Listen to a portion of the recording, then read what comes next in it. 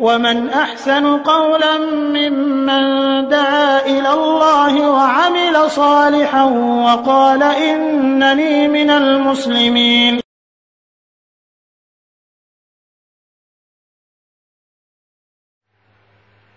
ওয়ালাইকুম আসসালাম রহমতুল্লাহি ওয়া বারাকাতুহু। বোন, আপনি জানতে চেয়েছেন যে আপনার ভাতিজি রয়েছে,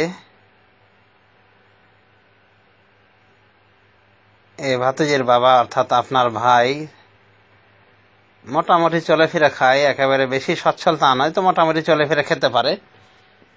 তো তার মেয়েদেরকে অর্থাৎ আপনার ভাতিজি হয় যারা, এদেরকে আপনি স্বর্ণের জাকাত, আপনার গয়নার জাকাত দিতে পারবেন কি পারবেন না? জাকাতের হকদার আল্লাহ রাব্বুল আলামিন ধার্য করে দিয়েছেন সূরা আত-তাওবার ভিতরে। যাদের ভিতরে ফকির মিসকিন রয়েছে, এবং এ দুটো খাতই আমাদের দেশে অ্যাভেলেবেল পাওয়া যায়।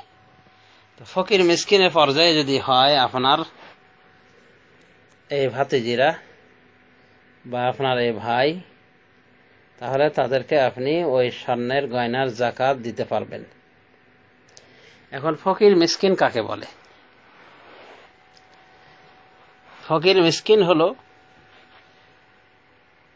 যে ব্যক্তির সারাটি বছর, পুরা এক বছরের খাবার ঠিক মতো নাই, কিন্তু যার নিকট খাবার রয়েছে সকাল সন্ধ্যার খাদ্য, কোনো সমস্যা নয়, তাকে এক প্রকার সচ্ছল ধরা হয়েছে, তাকে এক প্রকার সচ্ছল গণ্য করা হয়েছে, অর্থাৎ ধনীর ভিতরে ধরা হয়েছে। আবার কিছু হাদিস অনুযায়ী জানা যায় যে যে জাকাতের মালিক নয় সে এক প্রকার ফকির। এটাও কোন কোন উলামায়ে দ্বীন নিয়েছেন।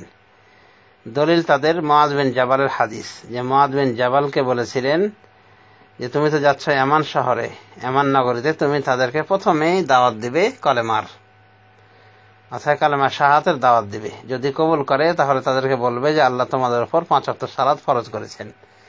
যদি তা মেনে নেয় তাহলে তাদেরকে বলবে যে তোমাদের উপর আল্লাহ তোমাদের উপর জাকাত ফরজ করেছেন, তোমাদের ধনী শ্রেণীর প্রতি। আর এই জাকাত আদায় করা হবে ধনীদের থেকে এবং ফকিরদের মধ্যে বিতরণ করা হবে, তাদেরই ফকিরদের মধ্যে বিতরণ করা হবে। তো এটা বুখারী শরীফের হাদিস।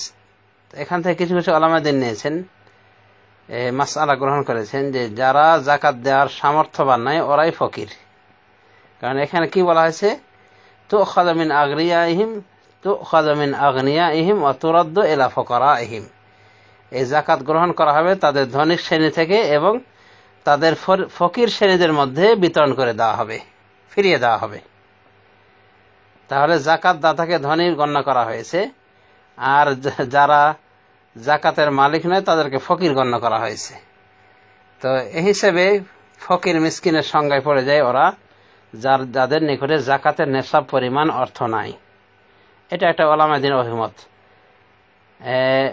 আল্লামা শেখ ইবনে উসাইমিন তিনি ব্যাখ্যা করে বলেছেন যে ফকির মিসকিন হলো ওই ব্যক্তি যার নিকটে মানে যতটুকু তার প্রয়োজন তার অর্ধেকের বেশি আছে, পুরাপুরি নাই। আর মিসকিন আর ফকির হলো ওই ব্যক্তি, মিসকিন হলো যার মানে যতটুকু তার যথেষ্ট তার অর্ধেকের কিছু বেশি, আর মিসকিন ফকির যার নিকটে অর্ধেকেরও আরো নিচে। মিসকিন হলো অর্ধেকের কিছু বেশি যার নিকটে রয়েছে, মানে যেটা মানে যতটুকু প্রয়োজন তার অর্ধেকের বেশি যার কাছে থাকে সে মিসকিন, আর অর্ধেকের কম যার কাছে থাকে সে হলো ফকির। যেমন উদাহরণস্বরূপ বলা যায় যে একজনের 10,000 টাকা দরকার, আর তার ইনকাম হলো 5,500 বা 6,000 টাকা বা 7,000 টাকা। তো এই হলো মিসকিন, মানে তার সংসারে 10,000 টাকা লাগে কিন্তু সে উপার্জন করতেছে 7,500 টাকা, 5.5 অথবা 5 হলে তো অর্ধাধিক হয়ে যায়, তো 5-এর উপরে 5.5 বা 6.5, 7 ইত্যাদি। এই হলো মিসকিন। আর ফকির হলো যে তার প্রয়োজনের অর্ধেকেরও কমের মালিক, তার মানে 5,000 বেতন, 5,000 বেতনও তার নাই, বা 5,000 আছে বা তার থেকেও আরো কম, মানে অর্ধেক বা অর্ধেকের কম যার কাছে আছে প্রয়োজনের, এই হলো মিসকিন, ফকির।